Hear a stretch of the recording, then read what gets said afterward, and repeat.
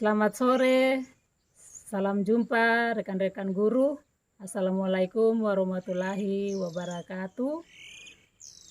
Perkenalkan, saya Franskosia Ronsumbre dari Kabupaten Biak Numfor di daerah Kepulauan Numfor. Saya akan bertemu dengan salah satu guru penggerak, yaitu Pak Guru Misdar SPD di SMP Negeri 1 Numfor Barat. Dan mari kita bertemu langsung dengan beliau. Selamat sore. Selamat sore. Silakan duduk ini. Baik Pak, ada beberapa hal mengenai masalah-masalah sekolah atau masalah yang di sekolah yang ingin saya tanyakan kepada Bapak selaku guru penggerak yang ada di Kepulauan Numfor. Dan saya mau tanyakan, apakah selama ini Bapak sebagai guru dan juga sebagai guru penggerak mungkin pernah mengalami atau menghadapi siswa yang bermasalah dalam hal belajar? Kalau untuk itu saya akan menjawab, itu seringkali saya sebagai guru dihadapkan hal-hal yang demikian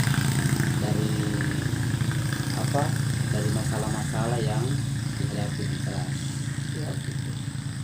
Masalah-masalah seperti apa saja yang Biasanya kalau untuk siswa itu sendiri banyak masalah-masalah yang sering kita hadapi. Yang pertama itu adalah kesiapan siswa dalam hal belajar. Itu kesiapan yang pertama. Yang kedua adalah kemampuan siswa dalam hal proses pembelajaran. Kemudian yang ketiga itu adalah beberapa metode-metode atau model pembelajaran yang tidak sesuai dengan harapan-harapan seperti siswa seperti itu. Artinya metode pembelajaran yang kita gunakan itu tidak cocok diterapkan di kelas. Apakah pernah Bapak menghadapi siswa yang kurang disiplin dalam belajar di kelas? Sering saya diperhadapkan oleh siswa yang kurang disiplin dalam belajar. Misalnya, karena itu tadi yang masalahnya adalah kesiapan belajarnya, sehingga pada saat proses pembelajaran itu kan mereka tidak disiplin karena kesiapan belajarnya itu tadi yang kurang, sehingga di dalam kelas itu mereka acuh tak acuh, tidak memperhatikan penjelasan dari Bapak Ibu guru, terus kemudian mengganggu beberapa teman-temannya yang sedang belajar seperti itu. Bapak mungkin bisa berikan masukan atau saran, mungkin ada model pembelajaran atau metode yang digunakan oleh guru untuk mendapat solusi bagi anak-anak yang bermasalah seperti begitu. Oke.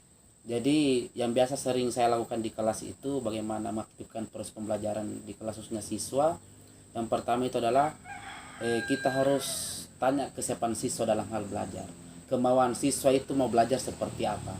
Terus kemudian kalau siswa sudah betul-betul siap dalam hal proses pembelajaran, itu baru kita memberikan sebuah model-model pembelajaran yang sesuai dengan apa yang diharapkan oleh siswa tersebut. Karena di dalam satu kelas itu siswa tidak semua satu paham. Artinya tidak semua siswa itu pengetahuannya sama. Ada yang kurang, ada yang lebih cepat tangkap, ada yang lambat sama sekali. Jadi kita harus tanya sebagai guru di dalam kelas itu kesiapannya dulu. Terus yang kedua, lihat kira-kira situasinya kelas itu seperti apa. Ya.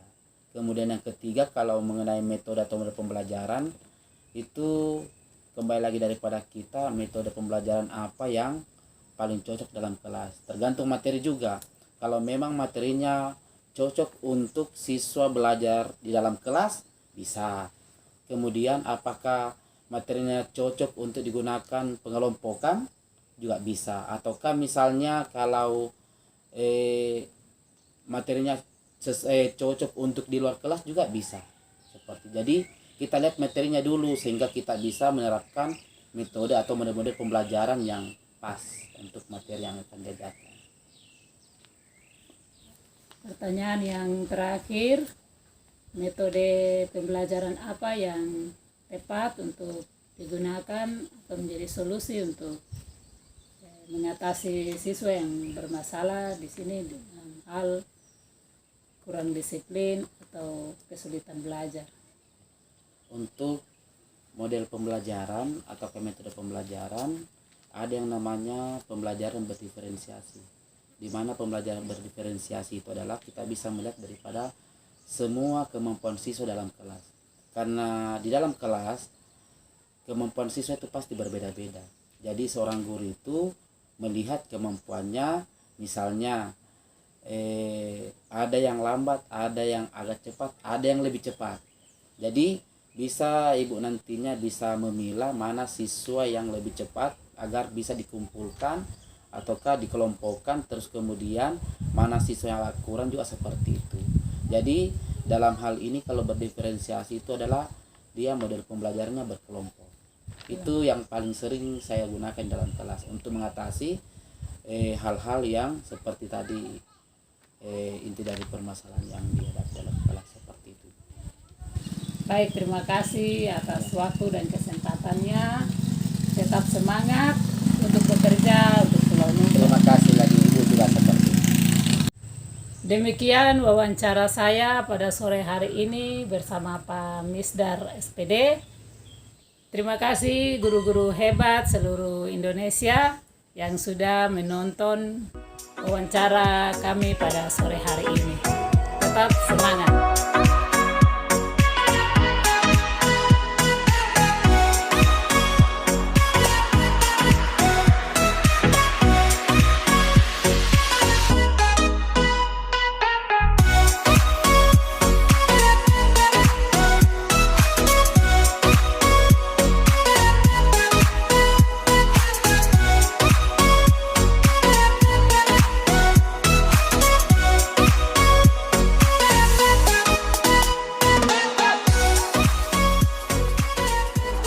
Selamat pagi, salam berjumpa kembali dengan saya Franskosia Ronsumbre.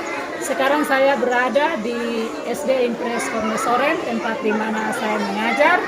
Dan saat ini saya akan bertemu langsung dengan salah satu guru senior saya di sekolah SD Impres Kornesoren untuk mewawancarai beliau. Mari. Teman-teman, saya akan bertemu langsung dengan teman sejawat saya atau guru senior saya di sini, yaitu Agnes Pitarsole SPD. Nah, selamat pagi Bu. Selamat pagi. Halo. Ya, terima kasih atas kesempatan Ibu untuk menerima saya untuk mau diwawancarai. Ada beberapa hal yang saya ingin tanyakan langsung dari pengalaman Ibu selama Ibu mengajar di SD Impres Kornesoren. Mungkin pernah Ibu mengalami atau menghadapi siswa yang kesulitan belajar dalam hal disiplin, siswa kurang disiplin dalam belajar dan motivasi, dan juga metode apa yang Ibu gunakan untuk mengatasi siswa-siswa yang bermasalah. Kalau menurut pengalaman, memang kita kan di sini anak-anak di pulau, jadi memang banyak sekali pengalaman-pengalaman yang saya pernah hadapi di sini, apalagi dengan anak-anak yang kurang disiplin dalam belajar. Karena di sini kita kan lihat anak-anak di sini bukan sekolah langsung tidak sama seperti anak-anak yang ada di kota. Mereka kan di sana kebanyakan dari TK. Sedangkan anak-anak yang ada di sini tuh kasihan. Orang dari rumah sudah agak besar, umurnya sudah agak lewat dari usia untuk masuk sekolah di SD. Makanya di sini kita, apalagi kalau di kelas rendah, misalnya saya ambil contoh di kelas rendah. Mereka masuk itu mereka tidak langsung hafal huruf, tahu huruf A atau sampai huruf Z, itu tidak tahu, apalagi yang di kelas tinggi. Jadi kita mulai dengan bagaimana kita melakukan pendekatan. Anak yang ada di sini kadang mereka punya orang tua itu kerja di laut, kerja di kebun. Jadi kalau sudah pulang kemari dong kadang malas tahu dengan anak-anak. Jadi itu yang bikin sampai kadang anak itu dia tidak disiplin dalam belajar karena tidak diawasi oleh orang tua. Sampai anak itu kan kalau kita ngeliat tong kasih tinggal dong bermain, ya dong bermain saja begitu. Nah, bagaimana supaya anak ini dia bisa disiplin dalam belajar? Kita menghadapi orang juga bukan langsung kayak mau terlalu orang, tidak. Kita harus pelan-pelan, kita mendekati dong baik-baik, cerita dengan orang. Terus kalau mengajar harus senyum, kita harus senyum supaya anak itu dia tidak boleh takut dengan orang. Nah, nanti kalau anak itu sudah terbiasa dekat dengan kita, mudah sekali untuk kita mengajar, atur dia bagaimana supaya dia juga bisa seperti dia teman-teman yang sudah lincah-lincah. Jadi itu sudah yang sering saya lakukan. Kalau sampai tidak berhasil, lakukan pendekatan sendiri dengan anak, sudah saya harus mendekati orang tua supaya bagaimana orang tua itu bisa sediakan waktu walau sedikit saja supaya kita dua antara guru dengan orang tua ada kerjasama. Harus ada kerjasama antara guru dengan orang tua supaya sama-sama perhatikan anak itu. Jangan dong lepas anak pergi ke sekolah baru pulang sudah dong malas tahu.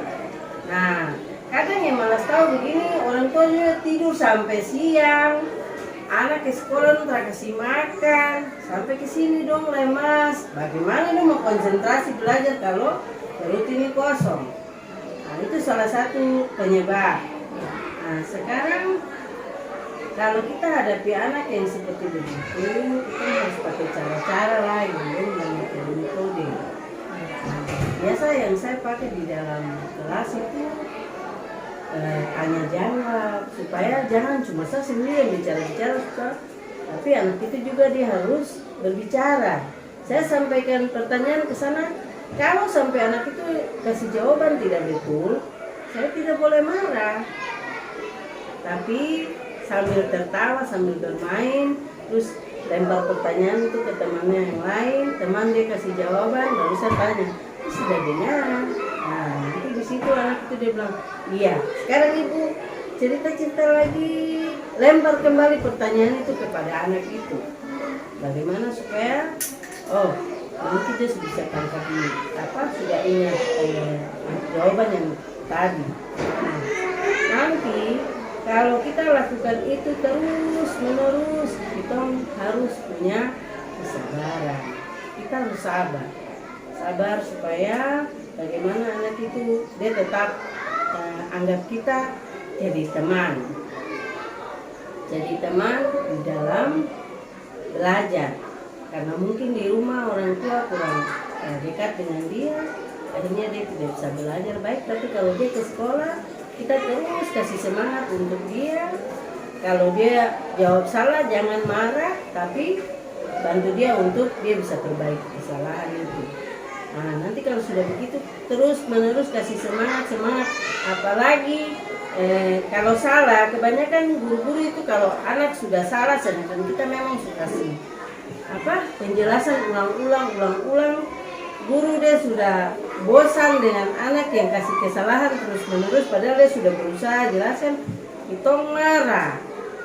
Guru marah, kalau sudah marah itu yang kadang bikin anak itu dia jadi berkecil hati. Apalagi ada yang sampai bilang goblok, kasih penjelasan ulang-ulang kok tidak bisa. Itu nanti tambah bikin anak itu dia jadi tambah jauh dari kita. Jadi mungkin seperti itu saja yang pengalaman yang sering saya pakai untuk menghadapi anak-anak yang dulu. Ya baik, Ibu, terima kasih atas semua informasi yang tadi sudah disampaikan oleh Ibu.